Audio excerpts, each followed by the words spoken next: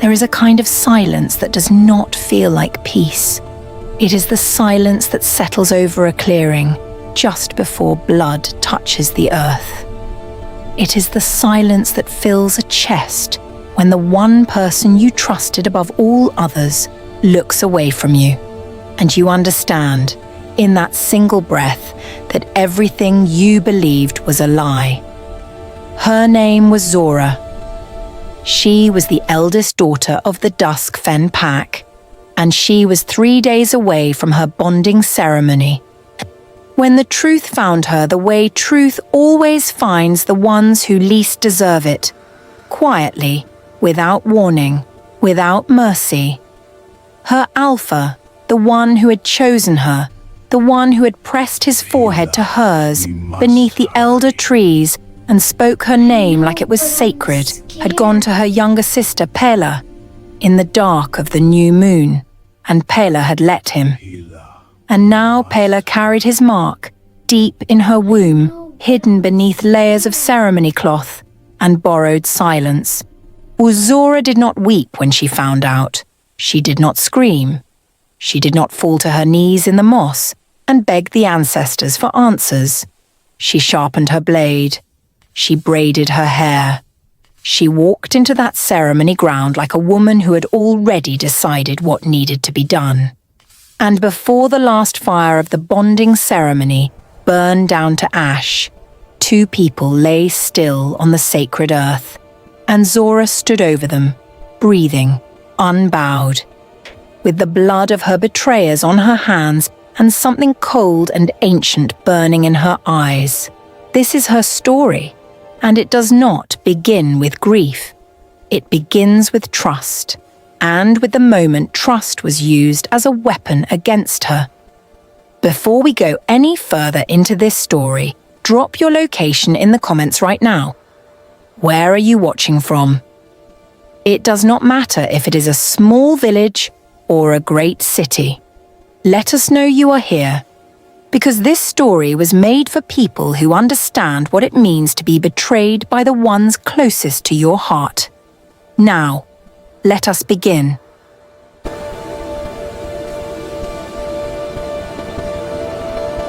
Zorah had never been a soft woman, but she had not always been hard either. There was a time not so many seasons ago when she laughed easily, when she ran through the Duskfen woods with her hair loose and her feet bare against the cold root ground, when she believed with her whole chest that the world had a kind of order to it, that loyalty meant something, that blood protected blood, that the wolves of her pack were bound together by something stronger than hunger or power. She had grown up believing that, because her mother had taught it to her, with every story she told beside the fire, with every wound she dressed, with every howl she answered without hesitation in the dark of deep winter. Her mother, Weena, had been the heart of the Duskfen pack, a woman of iron patience and warm hands, a woman who walked with the kind of quiet certainty that made even the eldest wolves lower their eyes in respect. Weena had not been born of great blood. She had earned her place through years of steady, unwavering presence, and she had raised Zorah to do the same. Zorah was 12 seasons old when her mother died of a cold fever, and the pack watched to see what the eldest daughter would do. She did not fall apart. She buried her mother with her own hands, spoke the old words over the grave mound, and then she turned around and walked back into the village and began doing everything her mother had done, because no one else would. And the pack needed someone too. She carried it all. She carried the younger children when they were sick. She carried the elders when the ground was frozen and walking was painful. She carried her little sister Pela on her back through more than one storm, because Pela was small and frightened, and Zorah was not going to let anything touch her. She was 16 when the alpha of the Duskfen pack died without a named heir, and the pack fell into a brittle, dangerous quiet, the kind that comes before things break. There were 3 strong males who could have taken leadership, and each of them circled the others with careful, watchful eyes, measuring, calculating, waiting for one of the others to reach too far or not far enough. Zorah was not thinking about leadership. She was thinking about the winter stores which were low, and the pup who had been born too early and was not keeping warm, and the elder woman, Sonna, whose joints had swollen so badly she could no longer grind the meal for the morning bread. She went to each of the 3 circling males in turn, not to pick a side, but because each of them needed to hear something practical and true. And none of them were going to hear it unless she said it plainly. She told the first one, Dravan, that if he pushed for leadership before winter broke, the pack would spend the cold season watching him instead of working, and people would go hungry, and that hunger would be remembered against him long after the winter passed. She told the second one, a broad-shouldered wolf named Osk, that his strength was real and his loyalty was known, but that strength without patience made people afraid rather than steady. And a frightened pack was a fractured pack.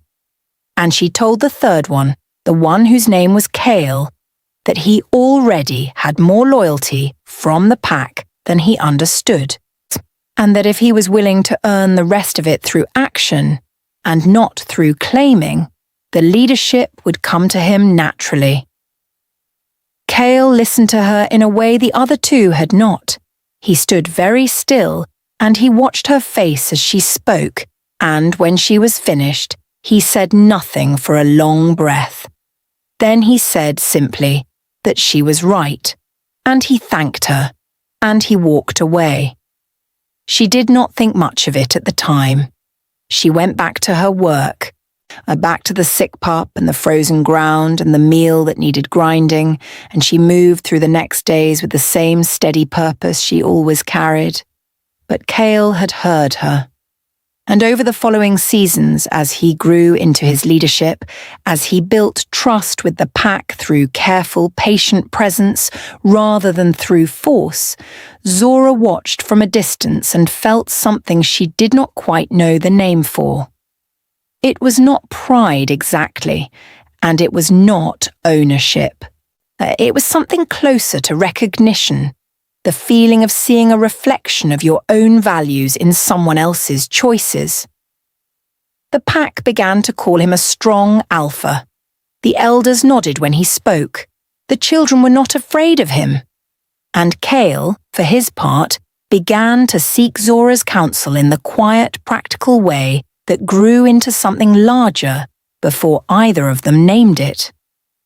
It was Cael himself who came to her father, Old Baron, in the autumn of Zorah's 19th season, and asked to begin the long walk of choosing, the ancient tradition of the pack, in which a male who intended a bonding would spend one full turning of the seasons walking beside the female, openly, without pressure, so that both of them could know with certainty whether the bond was true.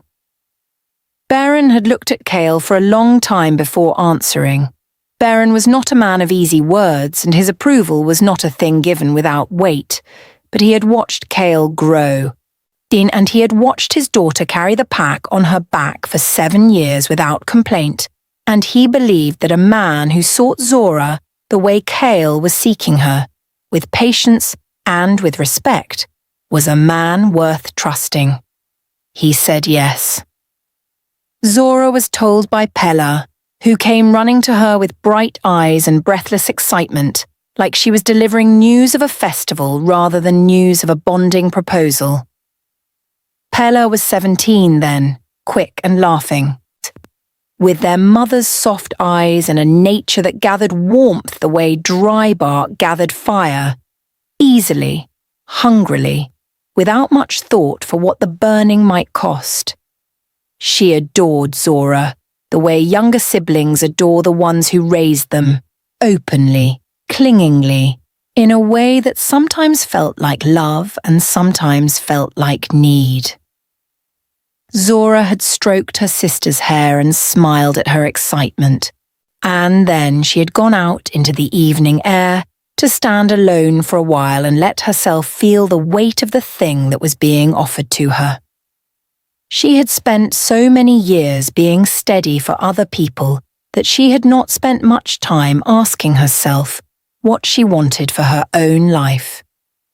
She had not allowed herself the softness of that question, because softness for Zorah had always felt like something she could not afford.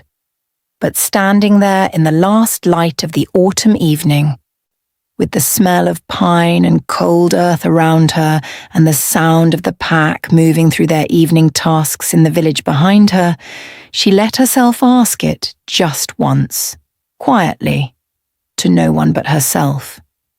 And the answer that came back surprised her with its gentleness.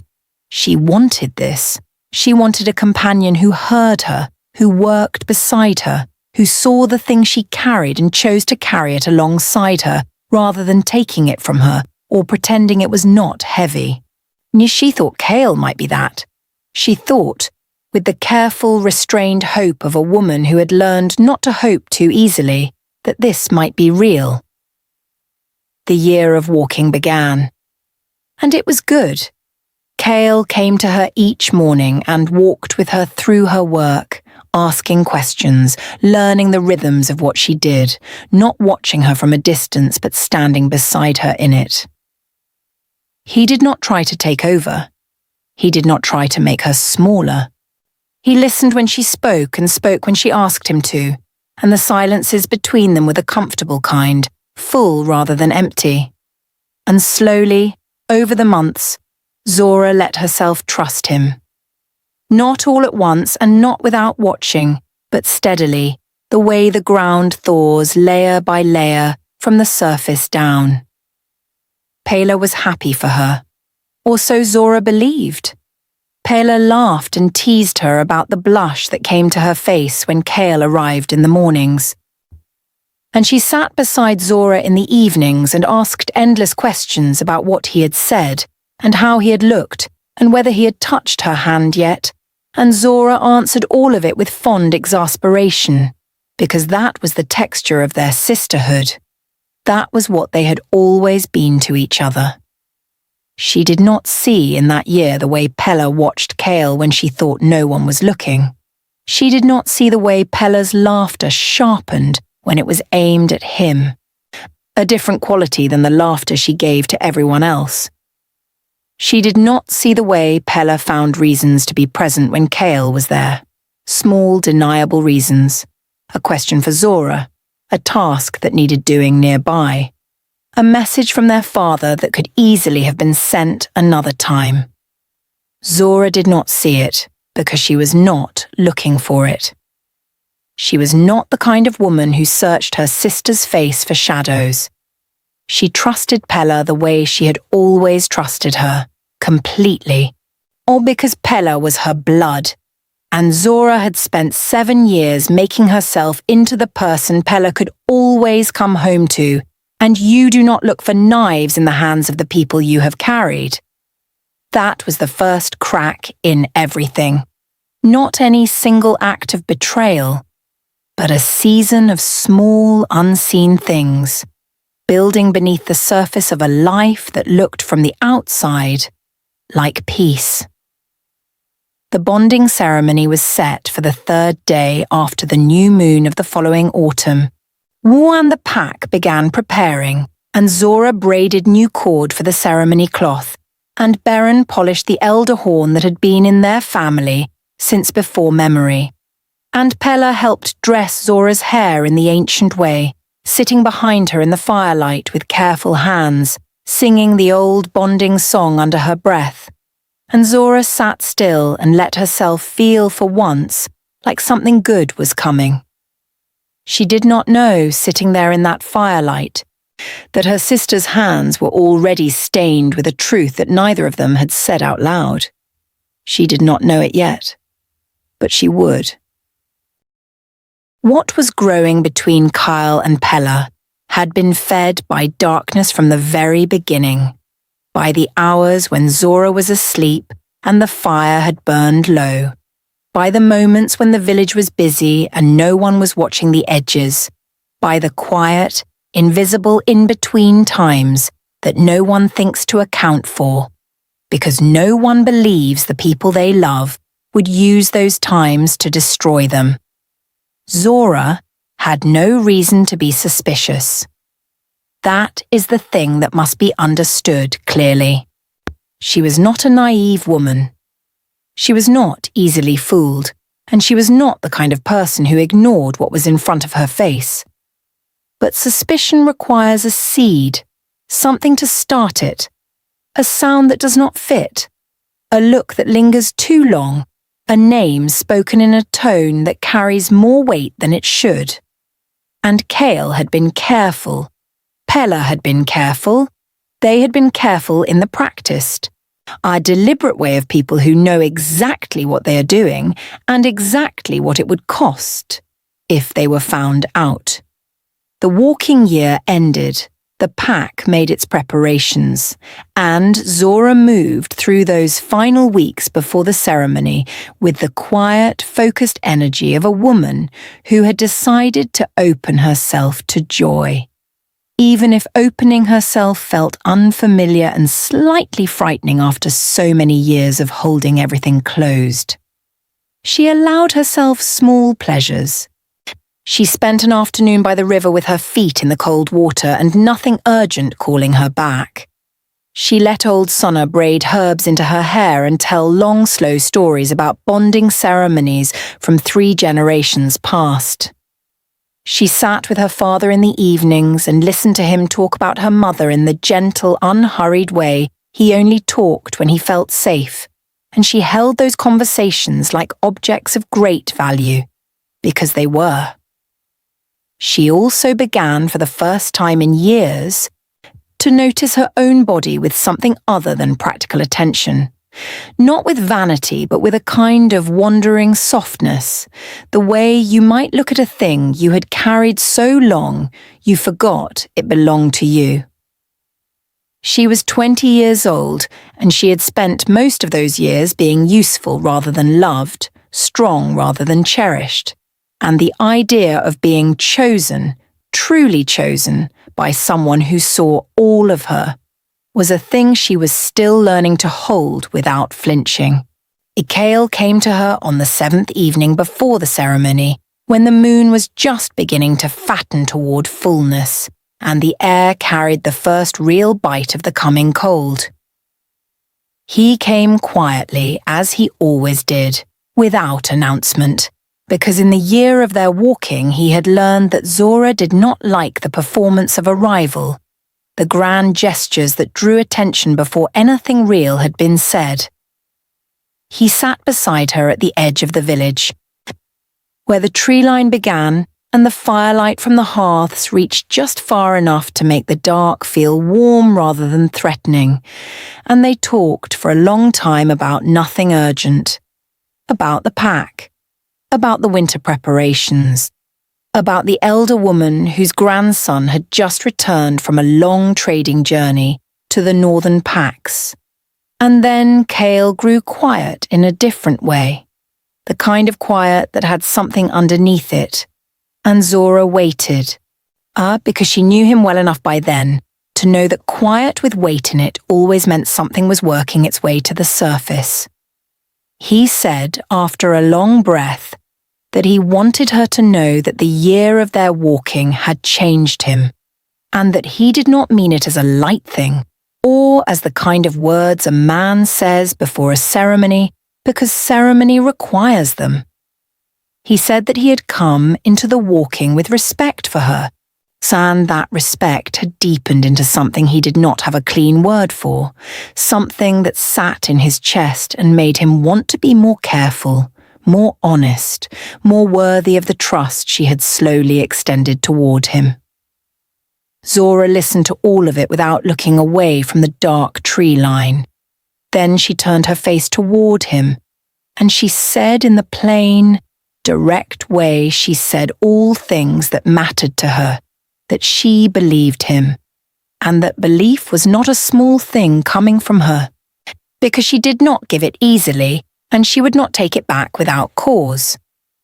He put his hand over hers on the cold ground between them, and she let him, and neither of them said anything more for a while, and the silence was the full kind, the kind that does not need filling. She walked back to her father's dwelling that night with something warm sitting in the centre of her chest, and she lay down in her sleeping furs and let herself think, just for the soft edge of sleep, that she was going to be all right.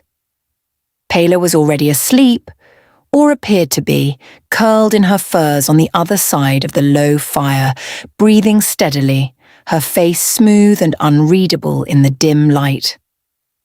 Zorah looked at her for a moment before closing her own eyes with the easy, habitual tenderness she had always felt for her sister, and then she slept.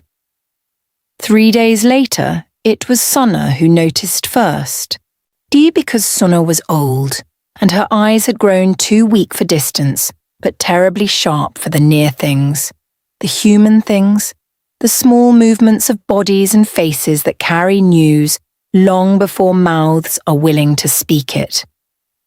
Suna had been sitting outside her dwelling in the thin autumn sun, working cord through her old fingers by feel more than sight when Pela had walked past. And something in the way Pela walked had made Suna go very still. She did not say anything that day, though she sat with what she had seen, turning it over in her mind, looking at it from different angles, the way a woman of her age learned to look at uncomfortable truths.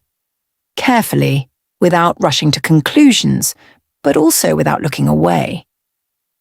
She watched Pela over the following days with the quiet attention of someone who has lived long enough to know that what you think you saw is sometimes exactly what you saw, and that the kindest thing you can do for someone you love is to make certain before you speak.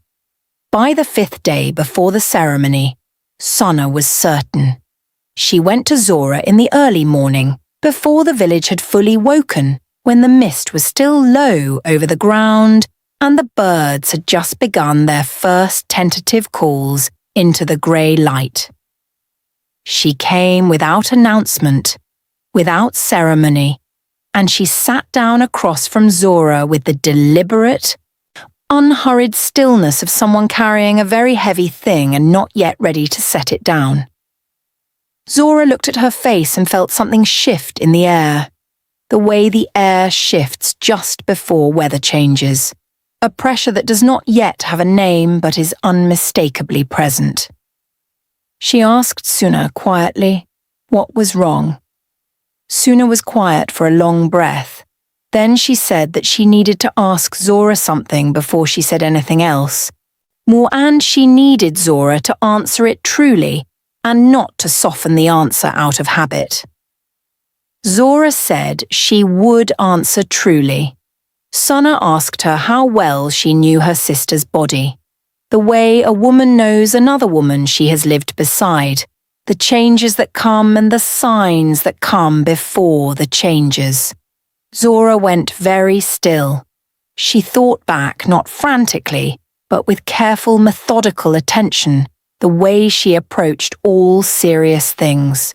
She thought about the past weeks, her Anne not named in her sister's jaw, and the Anne not named in her sister's jaw, and the careful way Pela had been carrying herself lately, upright, deliberate, slightly guarded in a way Zorah had read, without thinking, as the natural tension of a younger sister watching her elder prepare for ceremony.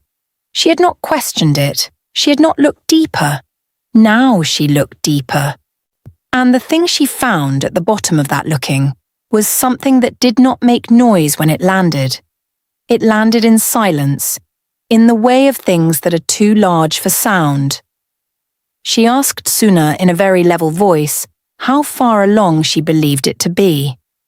Suna said she believed it was past the first moon turning, possibly approaching the second. The calculation was simple and it was devastating. It reached back past the time when any innocent explanation was possible. It reached back into the heart of the walking year, into the months when Kale had been beside Zorah each morning, asking questions about her work and pressing his forehead to hers in the old way of growing choosing, and coming to her in the evenings and sitting with her at the edge of the firelight and speaking words of trust and weight and seriousness, and going, in the time between, to her sister. Zorah sat with all of that for a long moment. She did not cry. She did not speak. She sat with it the way she sat with all heavy things, upright, breathing, present, not running from the weight of it but not crushed by it either. Then she thanked Sana. She thanked her in the same tone she thanked the woman when she helped with the meal, grinding, or brought herbs for the sick children, plain and genuine, with no performance in it. Sana reached across and put her gnarled hand over Zorah's and held it for a moment, saying nothing more because there was nothing more to say. When Sana left, Zorah sat alone in the early morning mist for a long time.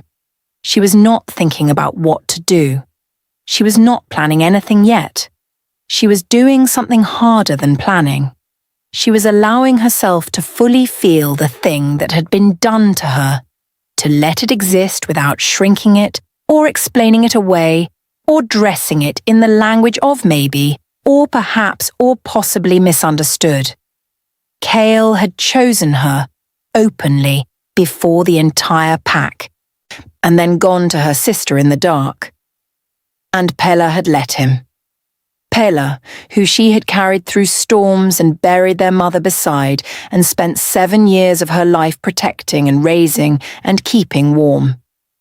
Pela had looked at her, every single day with bright eyes and sisterly laughter, had sat behind her in the firelight and braided herbs into her hair and sung the old bonding song, with this growing in her body, with this secret already taking shape in her womb, as Zorah sat in the mist and felt all of it, the full undiminished weight of all of it. And when she was done feeling it, she stood up, and she was different than she had been when she sat down, in a way that had no outward sign, in a way that would not be visible to anyone watching, but that was real and deep and not reversible. She went about her day. She spoke to no one of what she knew. She moved through the village with the same steady, unhurried presence she always carried. And if her eyes were quieter than usual, no one remarked on it, because Zorah's eyes had always been the kind that held more than they showed. She needed to know one more thing before she decided anything. She needed to know whether Cael knew about the child, because there was a version, a slender, ugly version, in which Pela had acted alone, in which Pela had sought what she wanted without his full understanding. Zorah did not believe this version, but she was a fair woman, and she owed herself certainty before she owed herself action. So she watched. For 2 full days before the ceremony, she watched. She watched Cael with new eyes, not the eyes of a woman in the careful warmth of trust, but the eyes of a hunter in a known wood, reading signs with no attachment to what they meant, only to what they were. She saw it on the 2nd day. It was a small thing, a glance, the kind of glance that looks like nothing. It looks like one wolf noticing another across a clearing in the ordinary way, but carries underneath it a language of shared weight and shared silence and shared knowledge that anyone paying close enough attention could read like a word spoken aloud. Cael looked at Pela, and Pela looked back at him. And in the space of that glance was everything Zorah needed to know. He knew. He had always known. He was walking into this ceremony with full knowledge of what he had done. And he had chosen to do it anyway, had chosen to stand before the pack and bind himself to Zorah with words of honor, while carrying the evidence of his dishonor hidden in her sister's body. Zorah looked away from that glance, and she finished the task she was doing, and she went back to her father's dwelling, and she sat alone for a while. The ceremony was in 2 days. She began very quietly to prepare. The pack did not notice the change in Zorah, because the change was not the kind that showed on the surface. She did not walk with anger. She did not walk with the tight, brittle energy of a woman holding herself together against the threat of breaking. She walked with the same steady, unhurried certainty she had always carried, but underneath it, deeper than anything visible, she had made a choice, and the choice had settled into her like a stone into water, all the way down, with no part of her still fighting it. She had 2 days. She used the first one to be certain of all the things that still needed to be certain. She went to the old records keeper, a bent, sharp-eyed elder named Beru, who kept the pack's histories in long rolls of cured hide, and she asked him, without explanation, to tell her the old law concerning betrayal within a bonding, the law from the first age of the pack, the law that most of the younger wolves had never needed to know, and so had never learned. Beru looked at her for a long moment with those sharp old eyes, and then he unrolled one of his hides without comment and read to her in a low, careful voice, as if the words themselves carried weight that needed to be handled gently. The law was old, and it was clear. A bonding ceremony, once begun, could not be stopped by accusation alone. Accusation required witness. And witness required the pack's elder ring to convene and question. And the questioning could take days or weeks, and in the meantime, the accused continued their lives as if the accusation had not been made, which meant the ceremony would proceed. And if the ceremony concluded before the witness gathering was complete, the bond was sealed by pack law, and could not be undone by any earthly means, short of death. Zorah listened to all of this without interrupting. She asked Beru one more question. So she asked him what the old law said about a female who discovered, at the ceremony itself, that her bonding had been entered into under conditions of deliberate betrayal and deception. Beru was quiet for a long time after that question. He did not look at the hide. He knew this part from memory because it was old enough to have been spoken before it was written, old enough to have been passed from mouth to ear across more generations than he could count. He said slowly that the old law recognized the right of the betrayed to act at the moment of discovery within the boundary of the ceremony ground, before the final binding word was spoken, and that any action taken within those boundaries by the one who had been wronged was considered a matter between the wronged and the ancestors, and not a matter the pack had the right to judge. Zorah thanked him. She thanked him in that same plain, genuine way she thanked everyone for everything, and she left. Naan Beru sat alone for a long time after she was gone, with his old hands folded in his lap and his eyes on the middle distance, thinking thoughts he did not speak to anyone. She went, on that same afternoon, to the place where her father kept the tools of the old tradition, the things passed down through generations of their line, the things that were not used lightly or often, but that existed for the moments when they were needed. She did not take the ceremonial blade, the one with the carved bone handle and the elder marks along the flat. That was a blade of display and ritual, kept beautiful and kept bright. But it was not a working blade. She took the other one, the one her mother had carried, the one Wena had worn at her own bonding ceremony, not for ceremony, but because Wayna had been the kind of woman who believed that going to any significant occasion completely unarmed was a form of foolishness the world had not yet earned the right to demand of her. See, it was a plain blade, short and well kept, with a handle worn smooth by years of her mother's grip, and an edge that Zorah had maintained herself every season since Wayna died. Not because she thought she would ever need it, but because keeping it sharp had felt like a way of keeping something of her mother alive. She cleaned it. She sharpened it further, though it did not need much. She wrapped it in a strip of plain hide and set it among the folds of her ceremonial cloth with the calm efficiency of a woman preparing the same way she prepared everything, thoroughly, without waste, without drama. She did not plan to use it if there was another way. She turned the possibility of other ways over in her mind carefully, one by one, holding each of them up and looking at them honestly. She could speak to the Elder Ring, but the law Baru had read to her made it clear what speaking to the Elder Ring would cost in time, and time was the one thing the ceremony would not give her.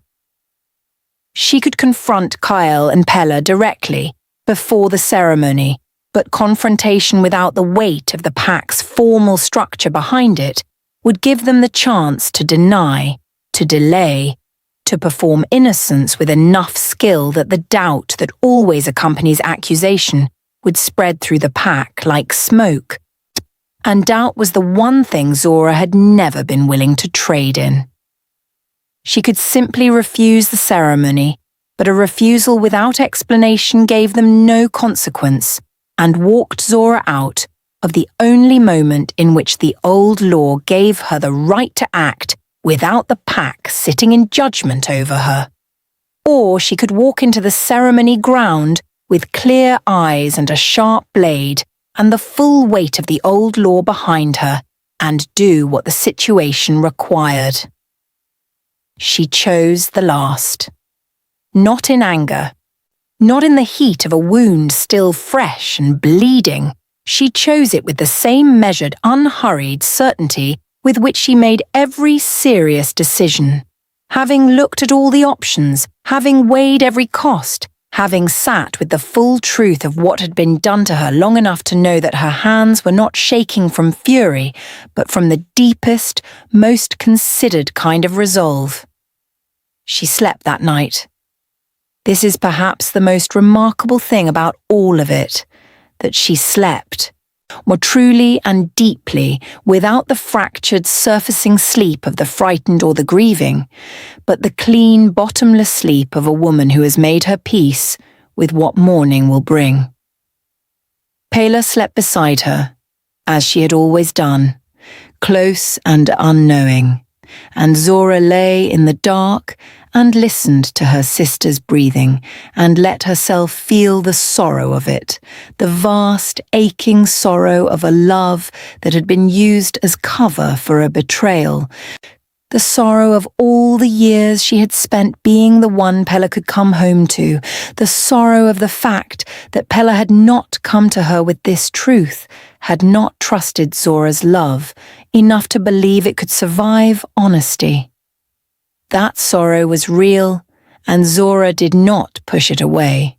She held it through the night with the same steady presence she brought to everything, because she was not a woman who avoided feeling things. She was a woman who felt things completely, and then moved forward anyway.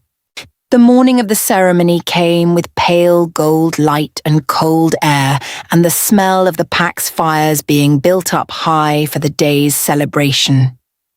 Zorah could hear the village waking around her, voices carrying in the clear autumn morning, children running already, the older women calling instructions about the ceremony preparations. She rose before Pela woke. She washed at the basin with slow, deliberate care. She braided her own hair in the old ceremony style. The 7-strand braid that had been the women of her line's custom at bonding ceremonies for as far back as anyone could remember.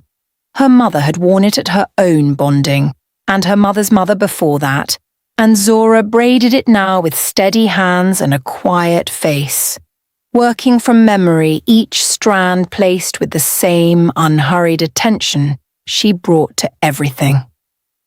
She dressed in ceremonial clothes. She tucked the wrapped blade into its place among the folds. Pela woke while she was finishing, sitting up with the soft confusion of a young woman shaking off deep sleep, and then seeing Zorah dressed and braided and ready, she made a sound of surprise and scrambled to rise.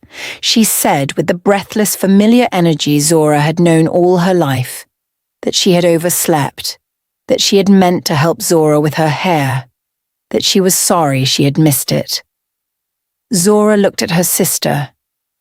She looked at her fully, calm in the way she had been careful not to look at her for the past days, without the filter of hurt and knowledge, just looking at Pela the way she had always looked at her, seeing the softness of her face and the quick anxiety in her eyes and the way she moved, always slightly too fast, always slightly off balance, like someone perpetually catching herself from a fall she did not know was coming.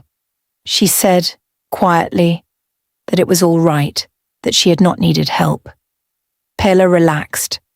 She smiled the bright, easy smile she always smiled and began to dress herself in her own ceremonial cloth, the blue-dyed cloth that had been their mother's, which she had claimed at Weena's death and wore for every significant occasion since. Zorah watched her, and the sorrow in her chest was deep and still, like water that has frozen all the way through. The pack gathered at the ceremony ground as the sun reached mid-morning height. The elder rings stood in their places along the edge of the clearing. The fire had been built at the centre, high and bright, with the ceremony logs that burned slower than ordinary wood, meant to last through the full length of the rites. The elder horn sat on its wrapped cloth beside the fire, polished and waiting. Beren stood at the edge of the clearing with his hands folded and his face holding the specific, careful expression of a man who was proud and nervous in equal measure. He had dressed in his best and his hair had been combed back from his face, and he was not a man who showed emotion easily, but his eyes were bright, and Zorah looked at him and felt the weight of all the years he had trusted her and loved her in his quiet, insufficient, entirely sincere way. She held that weight without letting it change anything. Kale came to the ceremony ground from the other side of the clearing, with the male elders who served as his witnesses.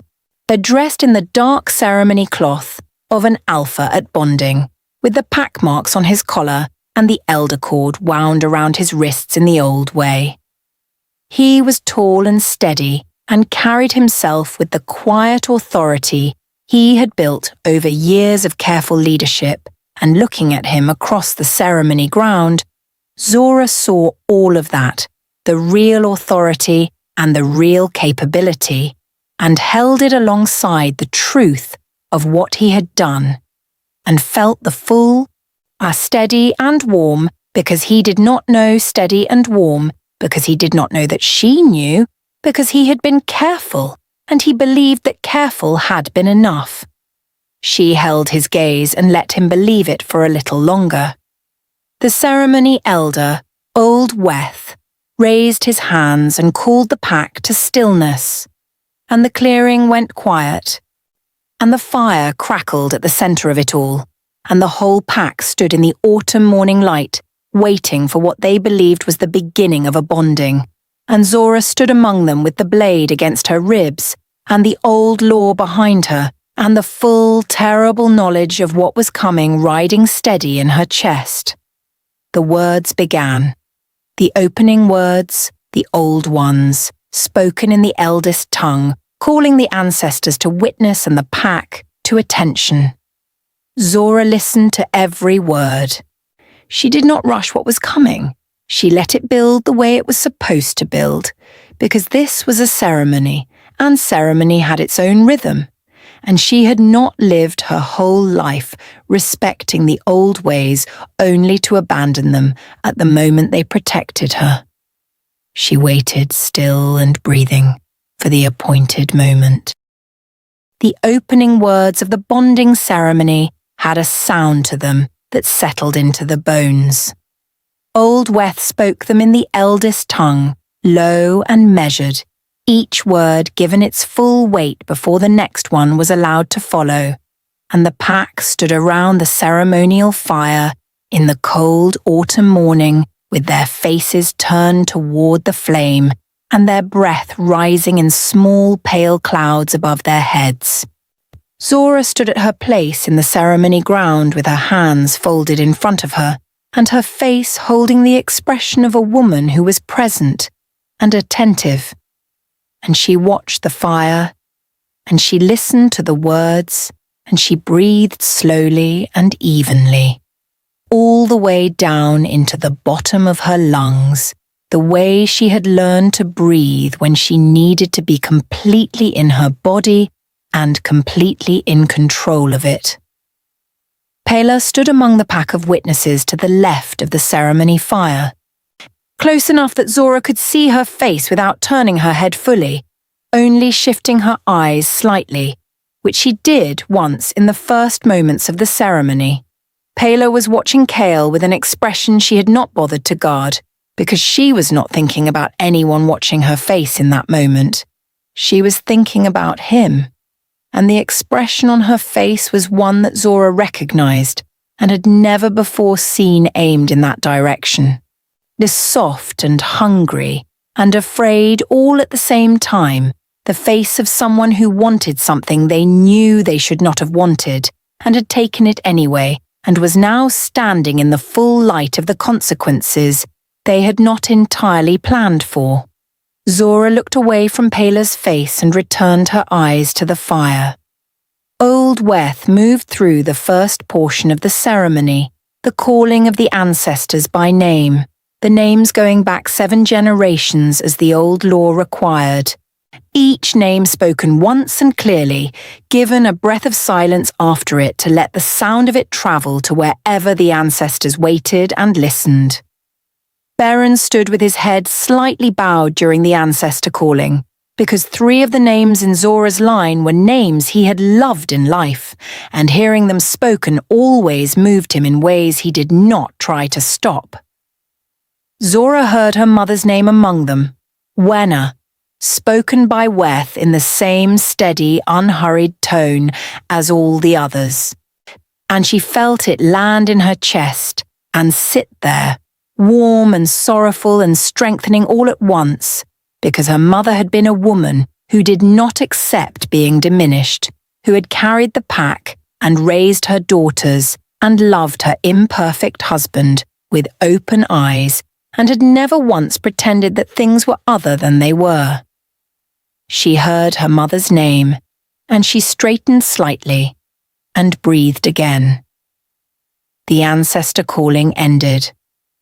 Weth moved into the second portion, or the speaking of the bond's conditions, the promises that were named publicly before the pack so that the pack could serve as witness to them, the promises of loyalty and protection and truth-telling that had formed the spine of every bonding ceremony the Duskfen pack had held since the first generation walked these woods. Kale began to speak. His voice was steady and his words were clear, and he spoke the promises with the tone of a man who believed what he was saying. And Zorah listened to every word and let the full, ugly irony of it move through her without expression. He promised loyalty. He stood before the pack and promised it, with his sister's child growing in the womb of the woman standing 20 paces to his left. And he promised loyalty with a steady voice. He promised truth-telling. He looked across the fire at Zorah and promised it, with a year of careful, deliberate concealment behind him. And he promised truth-telling with a steady voice. He promised protection. He promised to stand between Zorah and all harm, and Zorah let that one sit in her chest for exactly one breath before she released it, because she was not going to carry his words around inside her. She was going to let them pass through and fall behind her and leave nothing in their wake. Her turn came. Weth looked at her and indicated the moment with a slight inclination of his head, and the pack went very still, all the way packs go still when something is about to be made permanent. Zorah looked at the fire. She did not look at Cael. She did not look at Pela.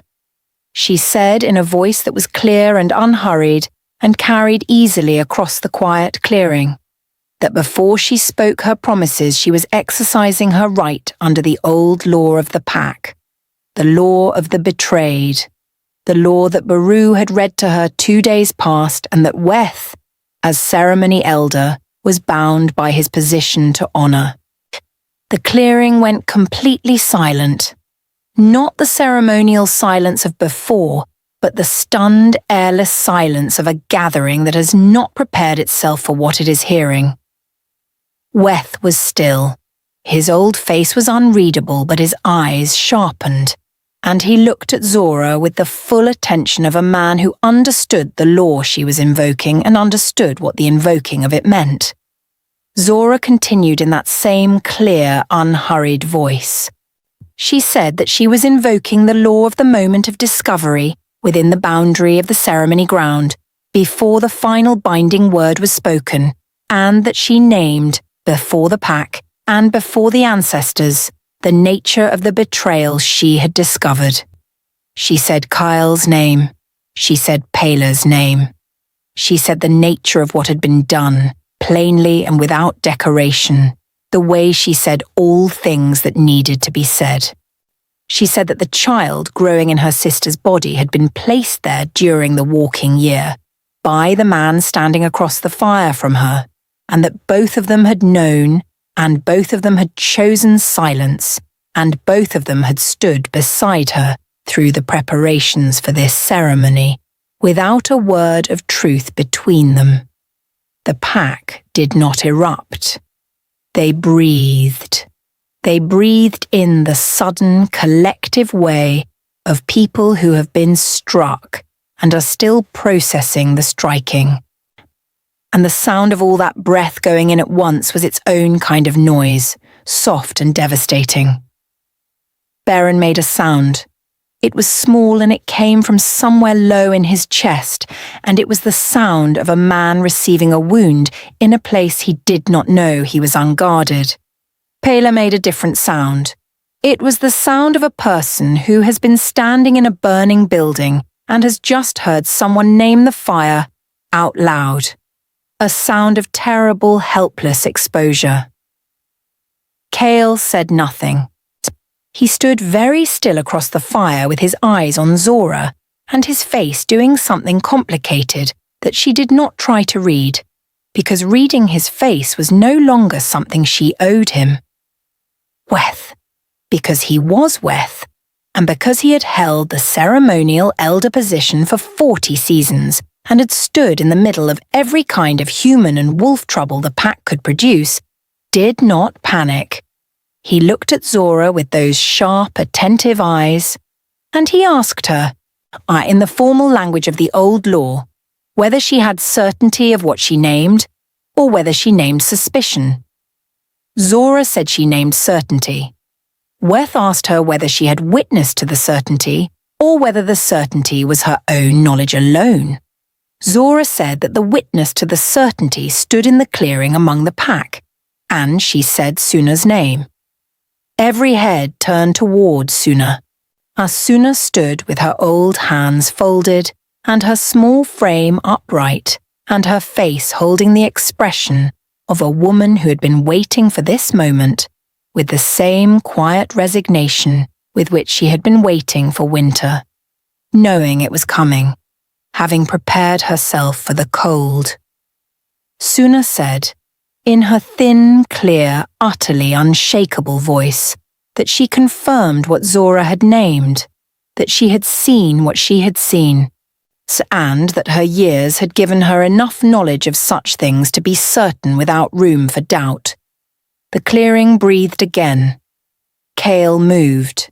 He moved in the way of a man who has been still in a very bad situation and has decided that the stillness is no longer serving him, stepping forward, opening his mouth, beginning to shape words, beginning the work of a man who believes that words, arranged in the right order, can build a wall between himself and consequences. He said Zorah's name. He said it in the tone he had used 100 times in the walking year, the tone of weight and honesty, the tone that had worked so well for so long. She pulled the blade. It was not a dramatic movement. It was not the movement of someone performing for an audience. It was the movement of a woman who knew exactly what her hands were doing, quick and certain and completely without hesitation, the wrapped hide falling away and the blade catching the ceremony fire's light as it came clear. Cael stopped. The pack stopped. The fire crackled.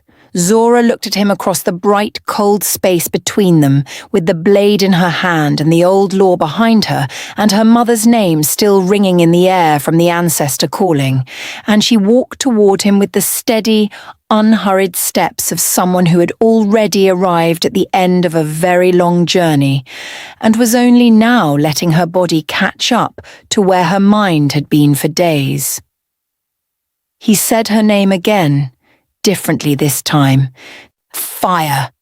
She screamed his name and it fire.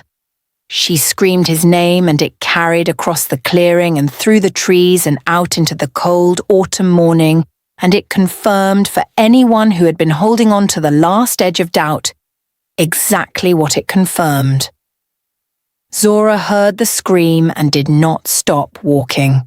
The pack did not move to intervene. The old law was clear. And Weth was present, and the pack had heard the law invoked and had heard the witness given, and moving to intervene would have been a violation of the same ancient code that had governed their lives since the first generation. And so they stood, and they breathed, and they watched. Cael moved. He stepped back, and then he did something that sealed everything that happened after it. He looked across the fire toward Pela, not with the look of a man denying connection, but with the look of a man whose instinct in the moment of danger was to look toward the person he had actually chosen, the person his body knew before his words could catch up. Zorah saw the look. The pack saw the look. Beren, standing at the edge of the clearing with his face crumpled into something terrible and old, saw the look. And the look said, in the plainest language available to living creatures, everything Cael had spent a year and a half not saying. Zorah reached him. The blade was clean and purposeful, and she knew exactly where she was going with it. And she went there without cruelty and without hesitation, the way her mother had always told her to approach necessary things, directly, cleanly, without letting the doing of them become something to be ashamed of. Cael went down slowly. He went down the way large things go down, with a heaviness that the ground received in silence. The clearing held its breath. Pela was moving. She was moving through the pack of witnesses, pushing through them, not running away but running toward him, which said everything that needed to be said about what Pela had understood in her own heart about where her loyalties had gone. And Zorah turned and watched her come. Pela was screaming words now, not just sound. She was screaming at Zorah, calling her name, calling her terrible things. Or is easier than standing in what you have is easier than standing in what you have done. Zorah listened to the screaming without expression. She waited. Pela reached her. She reached her with her hands already raised and her face wet, and her eyes wild with a combination of grief and guilt and fury that was, at its root, mostly guilt wearing the costume of fury, and she was still screaming, still saying Zorah's name like an accusation. And Zorah stood and listened to all of it and let her sister say everything she needed to say. And when Pela ran out of screaming and stood before her shaking and undone, Zorah looked at her sister's face for a long, still moment. She looked at the soft eyes that were their mother's. She looked at the face she had carried through storms. She looked at all of it with clear, sorrowful eyes. And she held all of it in the full awareness of what it had cost her and what it had cost them both. And she did not look away. Then she did what she had come to the ceremony ground to do. She did it with the same steadiness with which she had done everything else, and Pela went down beside the man she had chosen over everything, and the two of them lay still on the sacred earth in the cold autumn morning light, and the ceremony fire burned on beside them, slow and bright, as it had been built to do. The fire kept burning. It was the first thing anyone would remember afterward. The way the ceremony fire continued without interruption, the slow logs doing exactly what they had been laid to do, burning steadily through the long rites whether the rites continued or not, indifferent to what had happened within the boundary of their light. The pack stood in the clearing and no one moved for a very long time. Old Weth was the first to find his voice, because that was his function, and he had held it for 40 seasons, and he was not going to lose it now, in the middle of the thing that would be spoken about in the Duskfen pack for generations. He did not speak loudly. He spoke in the measured carrying tone he had always used for formal declarations, and he said that what the pack had witnessed had been conducted within the full boundary of the old law, and that the ancestors had been called and had witnessed, and that no action of the pack against the one who had acted was permitted or would be entertained. He said it once. He did not repeat it. He folded his hands and stood in his place and let the declaration sit in the air over the clearing. Nobody challenged it. Nobody moved against Zorah, not because they were not feeling things. They were feeling everything. The shock and grief and the particular nauseating disorientation of watching something you believed was a ceremony become something else entirely. But because the pack knew its law, and Weth had spoken it, and Zorah had followed it with a precision that left no space for argument, Beren was the second person to move. He walked from the edge of the clearing toward the center of it, toward his daughters, and he walked slowly. And his face was the face of a man who has aged several seasons in the span of a morning. He walked past Cael without stopping or looking down. He walked to where Pela lay, and he stood over her and looked at her for a long, terrible moment. And then he made a sound that was not crying and was not silent, and was the thing that lives between those two, the sound of a grief too large for ordinary expression. Then he lifted his eyes to Zorah. She was standing a pace away from Pela, one with the blade still in her hand, and the morning light on her face and her ceremony braid still perfectly intact, every strand in its place, because she had braided it with the intention that it would survive whatever the morning brought. And it had. Beren looked at his eldest daughter for a long time without speaking. There was nothing clean in what was on his face. It was not pride, and it was not horror, and it was not relief. It was all of those things layered over each other in the way only a parent's face can hold completely contradictory emotions without one of them winning. The love for the child who had gone, the love for the child who was still standing, the shame of not having seen what was happening under his own roof, and underneath all of it, buried so deep it would take him many seasons to excavate it fully, the grief of recognizing that both of his daughters had been betrayed, just in different directions, and that he had protected neither of them. He did not speak to her. He opened his arms. Zorah did not move immediately. She stood where she was for a moment, still holding the blade, still in the ceremony ground, still in the position of a woman who had just done what needed to be done and had not yet had the space to put it down. Then she went to him.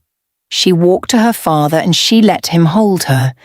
And she stood in his arms with the blade at her side and her face pressed briefly against his shoulder, and she allowed herself, just for that one breath in his arms, to feel the grief of all of it.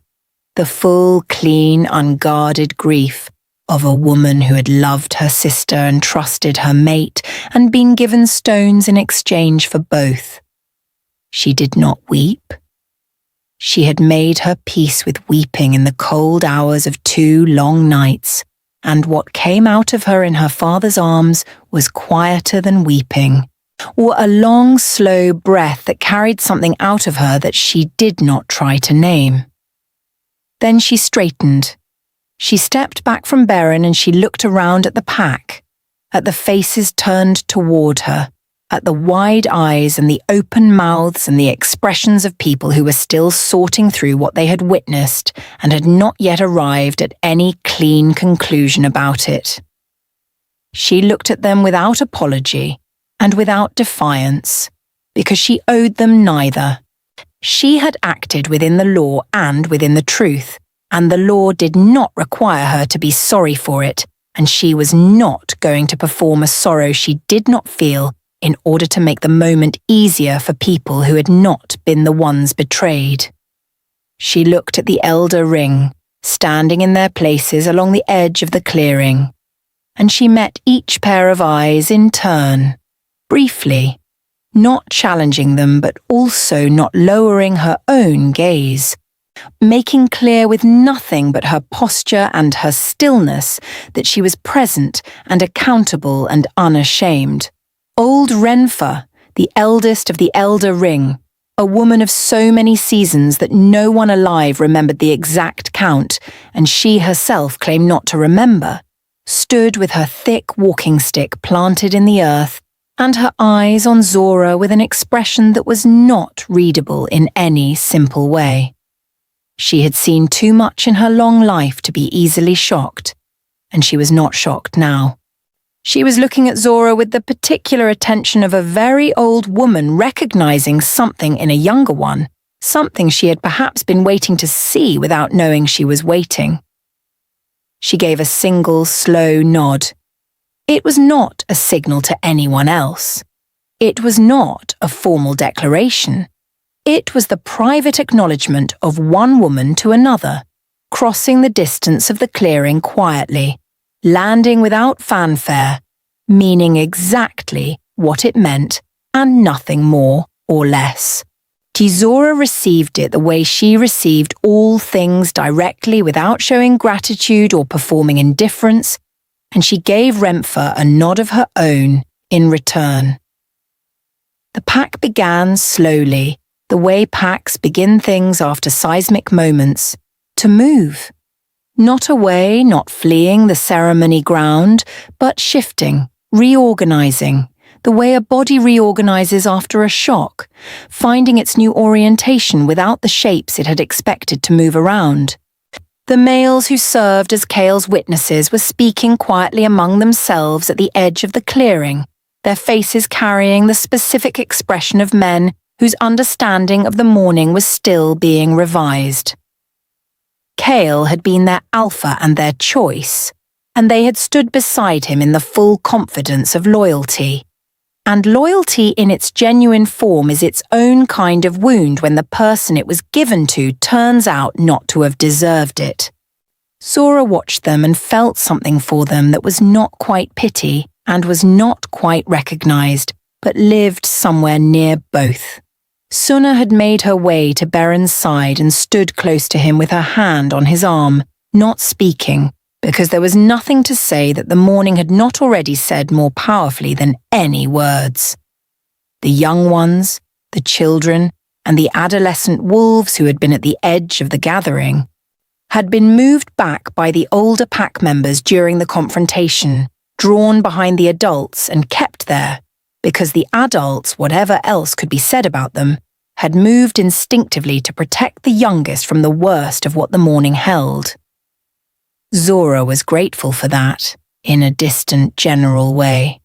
She did not want the children to have seen more than they needed to. Weth came to her. He came quietly, and he stood before her, and he looked at her with the tired, unmeasuring eyes of a man who had administered the law honestly and had no regrets about it, but was not without feeling in the aftermath. He said formally that the ceremony ground was still open, and that the old law required him to ask once whether the one who had invoked the betrayal clause wished to formally close the bonding rite or leave it in abeyance. Zorah said without hesitation, to close it. Weth nodded and turned back to the fire and spoke the closing words. The short, final words that sealed the ceremony's end without a binding, sending the ancestors back to their rest and releasing the pack from the formal structure of the rite. When the closing words were done, the ceremony fire was still burning. It would burn for several more hours, because the logs had been laid for a full day's ceremony, and the fire did not know that the ceremony had changed into something no one had prepared the wood for. Zorah looked at the fire for a long moment. She looked at the flames moving in the cold morning air, steady and clean and indifferent, burning without judgment or memory, burning because burning was what fire did, and the morning's events were not a thing fire needed to account for. She found something steady in that. She did not try to explain why. She asked one of the younger pack males, a steady-handed young wolf named Torku, who she had known since he was a pup running underfoot, to attend to what needed attending to in the ceremony ground, because that was not a task she was going to do herself, and she trusted Torku to do it carefully and without unnecessary disruption. Torku looked at her with the wide young eyes of someone who was still absorbing the morning, and he said he would, and he meant it, and she believed him. She walked to the edge of the ceremony ground, and she stopped at the boundary, the ring of elder stones that marked the sacred space, and she stood there for a moment at the line between the ceremony ground and the ordinary world. Behind her was everything that had happened. Before her was everything that would come next. She was 20 years old. She had buried her mother with her own hands and raised her sister and carried her pack and spent a year walking beside a man she trusted and had the trust taken from her and used against her, and had stood in the ceremony ground and done what the law and the truth and her own deep or unshakable sense of rightness had told her to do. She was not happy. She was not triumphant. She was not what is sometimes imagined about a woman who has taken decisive action, full of fire and feeling her own power. She was tired in the way that goes past the body, tired in the way of someone who has been holding something enormous for a very long time and has just now set it down. And the setting down is its own kind of exhaustion. Because the muscles have been contracted so long, they do not immediately know what to do with the absence of weight. She stepped over the elder stones and walked out of the ceremony ground into the cold autumn morning, and the pack watched her go, and the fire burned behind her, and the ancestor names were still fading from the air above the clearing, and the world was exactly what it had always been, indifferent and wild and asking nothing of her except that she keep walking. She kept walking. She walked through the village without stopping, past the hearths built up for a celebration that would not happen, past the food laid out on the ceremony cloths, past the elder women who had been preparing the bonding feast since before dawn, and who stood now in front of their work, with their hands still and their faces uncertain, not knowing yet what to do with a feast that had no occasion left to mark. She walked past all of it, and she went to the river.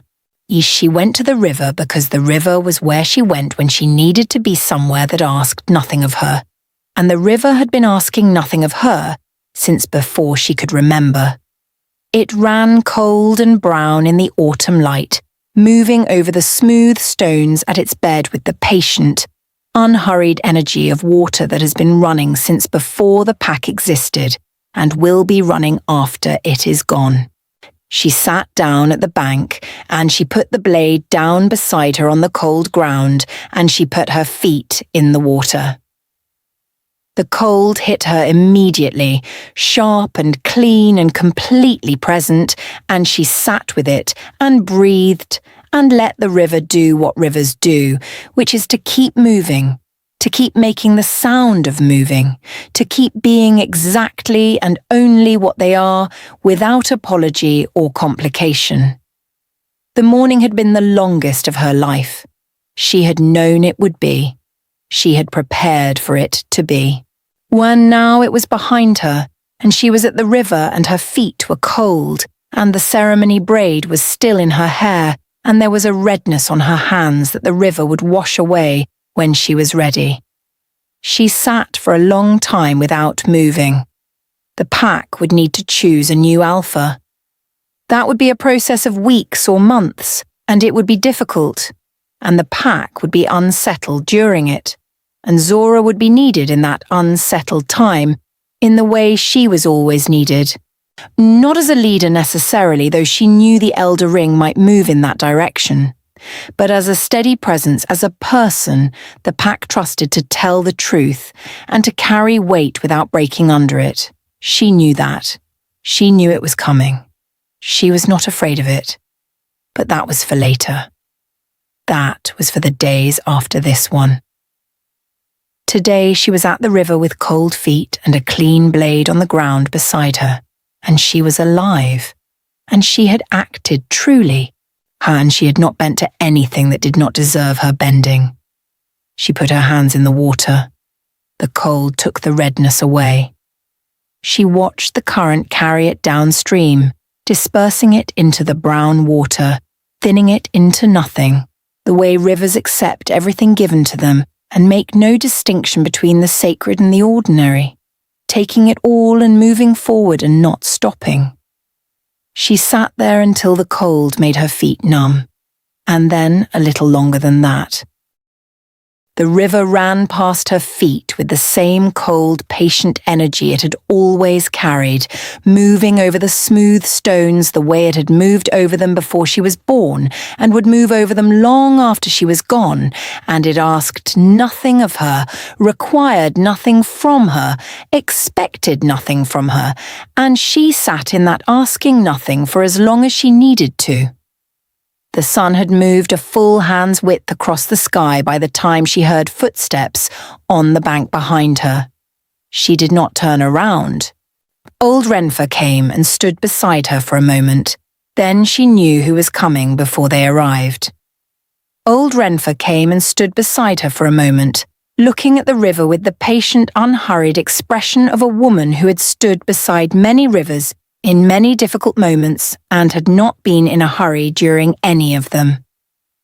Then Renfer lowered herself to the ground with the careful, creaking effort of a body that had earned every one of its seasons, and she sat beside Zorah at the bank with her thick walking stick across her knees and her eyes on the moving water. Neither of them spoke for a while. The river ran. The cold air moved through the tree branches above them and made a low, travelling sound. A bird called twice from somewhere deep in the woods and then went silent. Renfer said, without looking at her, that she had been the ceremony elder at a bonding rite 60 seasons ago where something like this had been attempted. Not completed the way Zorah had completed it, but attempted. A wronged female who had tried to speak at the ceremony and had been shouted down before Weth's predecessor had been able to invoke the law on her behalf. And the bonding had proceeded, and the female had spent the rest of her life inside a bond that had been built on deliberate deception, and she had never recovered from it, not in any visible way, but in the interior way that does not show on the outside, but slowly changes the quality of a person's presence in the world, slowly dims something behind the eyes that was bright before. Zorah listened without interrupting. Renfa said that she had thought about that female many times over the 60 seasons since, wondering what the outcome might have been if the law had been honoured that day, if the ceremony elder had been faster or firmer or louder, if the pack had been willing to stand inside the discomfort of the old law rather than letting the loudest voices in the clearing carry the moment toward what was easier. She said that watching this morning had not given her happiness exactly, because there was nothing in the morning that deserved happiness, but it had given her something she did not have a clean word for, the feeling of a thing having gone the way it should have gone, which was different from the feeling of a thing having gone well. Zorah turned that over quietly for a moment. Then she said that she understood the difference between those two things and that she appreciated Renfa naming it correctly rather than dressing it as something easier.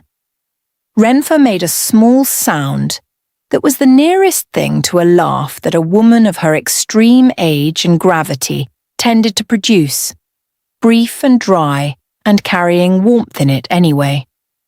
She was quiet again for a moment, and then she said that the elder ring would be meeting before the evening fire to begin the discussion of what came next for the pack, the question of leadership, the question of the pack's stability through the winter, the question of how the morning's events would be carried in the pack's memory and history, how Baru would record them on his hides, what language would be used, what the generations after would be told. As she said that the elder ring would be grateful for Zorah's presence at that meeting if Zorah was willing to come. Zorah said she would come.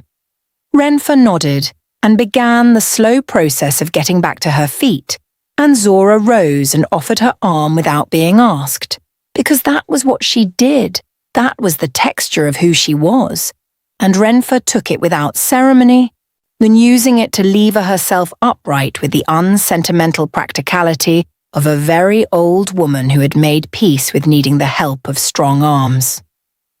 When she was upright, Renfa held Zorah's arm for a moment longer than the standing required. She looked at Zorah's face with those old, sharp eyes, and she said quietly and directly that grief was going to come, if it had not already come, and that it was going to come in waves and not all at once, and that some of the waves were going to be for Pela and not only for the betrayal, because love does not stop being love simply because the person it was given to used it badly, and Zorah was going to need to let those waves come without being ashamed of them. Zorah looked at the old woman's face and felt the truth of what she was saying land quietly and settle. She said she knew. Renfa released her arm and walked back along the riverbank toward the village. A bank. And she looked at the water. And she bank. And she looked at the water. And she let herself feel, very fully and without managing it, what Renfa had named. She let the grief for Pela come, not the grief of someone who had lost a stranger, but the grief of a woman who had carried her sister through storms and sat up beside her in sickness and pressed her forehead to her small dark head in the night when the cold came and whispered that she was safe, that she was not going anywhere, that the storm would pass. That Pela was gone. The fact of it landed fully, completely, without softening. And the grief that came was real, and it was large, and it moved through her like river water moves through a ford, not around her but through her, when she stood in it without stepping back from it and let it do what grief does, which is move, which is always eventually to move. She picked up the blade from the bank where she had set it. She wrapped it back in the strip of hide, and she held it for a moment in both hands, feeling the weight of it, feeling the worn smoothness of the handle that her mother's grip had shaped over years of use. She tucked the blade away and she walked back toward the village. The village was quiet in the way of a place that has absorbed a shock and is working through it. The ceremony clothes had been gathered and folded. The food from the bonding feast had been taken in and distributed to the hearths, because wasting food was a thing the pack did not do regardless of what else was happening. And the practical continuation of ordinary tasks in the middle of extraordinary events was one of the things Zorah had always respected about the Duskfen pack. People looked at her as she moved through the village. They looked at her in various ways. Some of the looks carried discomfort, the looks of people who were still sorting through their feelings about what the morning had held and had not yet arrived anywhere settled. Some carried a cautious, open respect, the respect of people who were beginning to understand something about what they had witnessed that they had not understood immediately. Some carried grief, plain and unmixed, in for Cael and for Pela, for the loss of a young alpha and the loss of Beren's younger daughter, for the shape of the pack after this morning would be different than the shape it had been before it. Zorah received all of the looks without reacting to any of them. She was not looking for approval and she was not looking for condemnation. She was walking through her village on a cold autumn morning after the hardest day of her adult life. And she was going to keep walking the way she had always kept walking, because that was who she was and the morning had not changed it. She went to her father's dwelling first. Beren was inside, sitting beside the fire with Sona, and his face was the face of a man who had aged significantly in a short time, worn and shadowed and rearranged by grief into something older than it had been at dawn. She sat beside him. She did not speak immediately. One daughter and left the other, and the one daughter and left the other, and the one who was left was not going anywhere. Beren put his hand over hers on the ground between them, the same gesture Suna had used 2 days ago at the edge of early morning, and it struck Zorah that the people who loved her had been offering her this gesture all her life, under the simple placement of a hand over hers, as if to say that whatever she was carrying, she was not carrying it alone, even when she moved and felt and seemed entirely self-sufficient. She turned her hand over and held his. Suna moved quietly and efficiently around the dwelling, making the small tasks of the afternoon happen, putting broth to warm and feeding the low fire, and setting the space into the kind of orderly, functioning readiness that was her particular way of offering care. Not through words or gestures, but through ensuring that the people she loved came home to a warm fire and something to eat. Zorah was grateful for it in the way she was grateful for things that did not make demands of her in return, quietly and completely. She stayed with Beren until the light began to lean toward afternoon, and then she told him she needed to go to the Elder Ring's meeting. And he nodded without lifting his eyes from the fire, and she squeezed his hand once before releasing it and rising. The Elder Ring met in the covered space behind Weth's dwelling, and the long low structure with the smoke-darkened roof beams and the carved elder stones set into each corner, the place where the pack's serious matters had been deliberated for as long as anyone could remember. Renfa was already seated when Zorah arrived.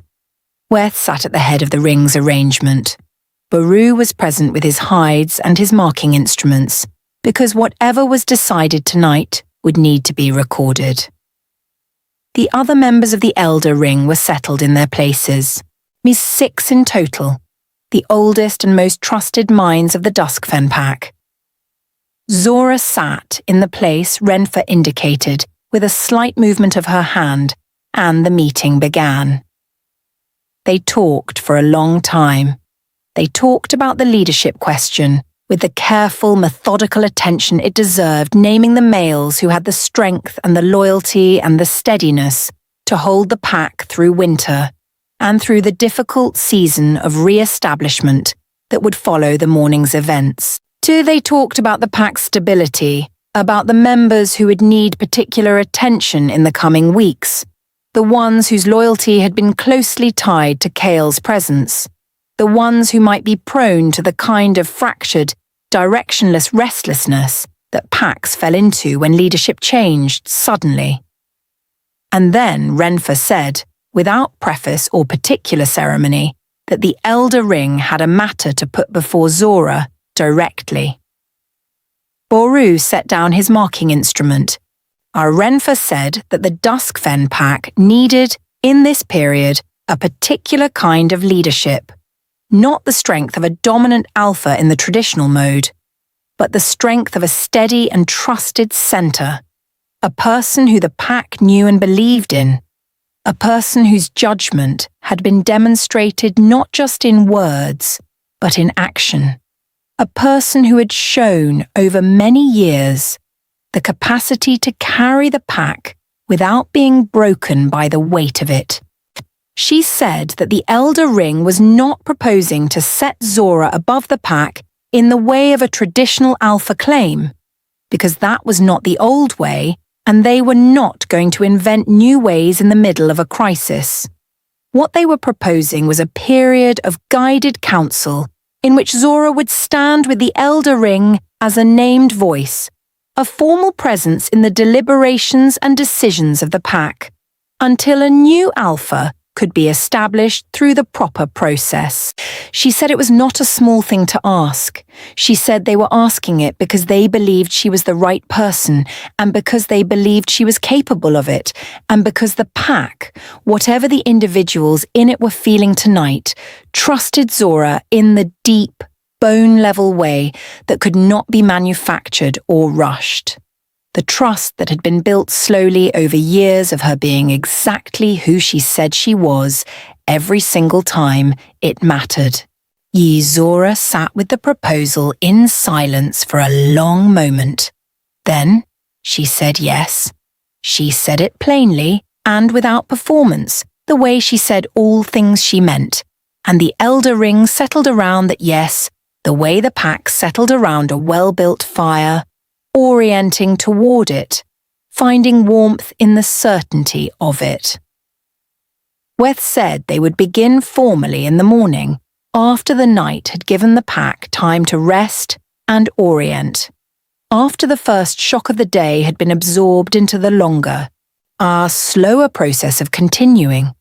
Zorah nodded and rose and left the covered space and walked back out into the evening air.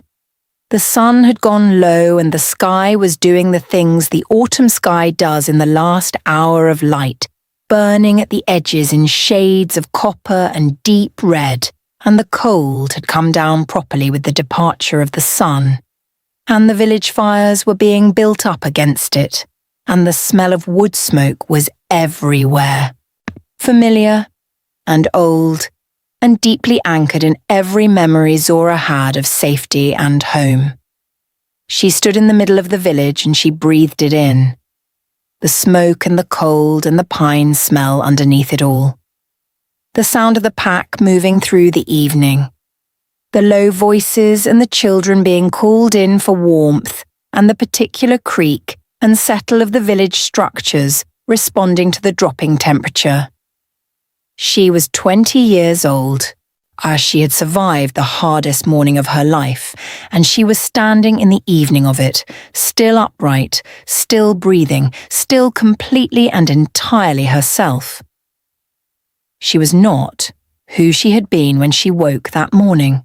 She understood that. The morning had taken things from her that she was going to be finding the absence of for a long time. The specific lightness that comes from believing completely in the people closest to you, the particular warmth of a bond forming, and the sister she had carried and loved, the future she had allowed herself to imagine. Those were real losses, and they were going to be real in her life for a long time. She looked up at the sky, at the last copper burning at the edge of it, at the first pale stars just beginning to show in the darkening east. She walked back to her father's dwelling, and she went inside and she sat beside the fire, and she ate what Sana had left warming for her. And the fire was warm and the food was plain, and the night outside was cold and dark, and the pack was all around her, breathing and moving and continuing the way packs continue, the way life continues, past the things that seem unsurvivable, into the next morning, and the next, and the next. The fire burned low. The village went quiet. The cold night settled over the Duskfen pack and held them all in its indifferent dark, the living and the grieving and the uncertain and the steady alike, without distinction, without preference, the way night has always held everything, without asking whether any of it deserved the dark or the warmth that followed it. Zorah sat beside the fire and her eyes went heavy and she let them close. She slept.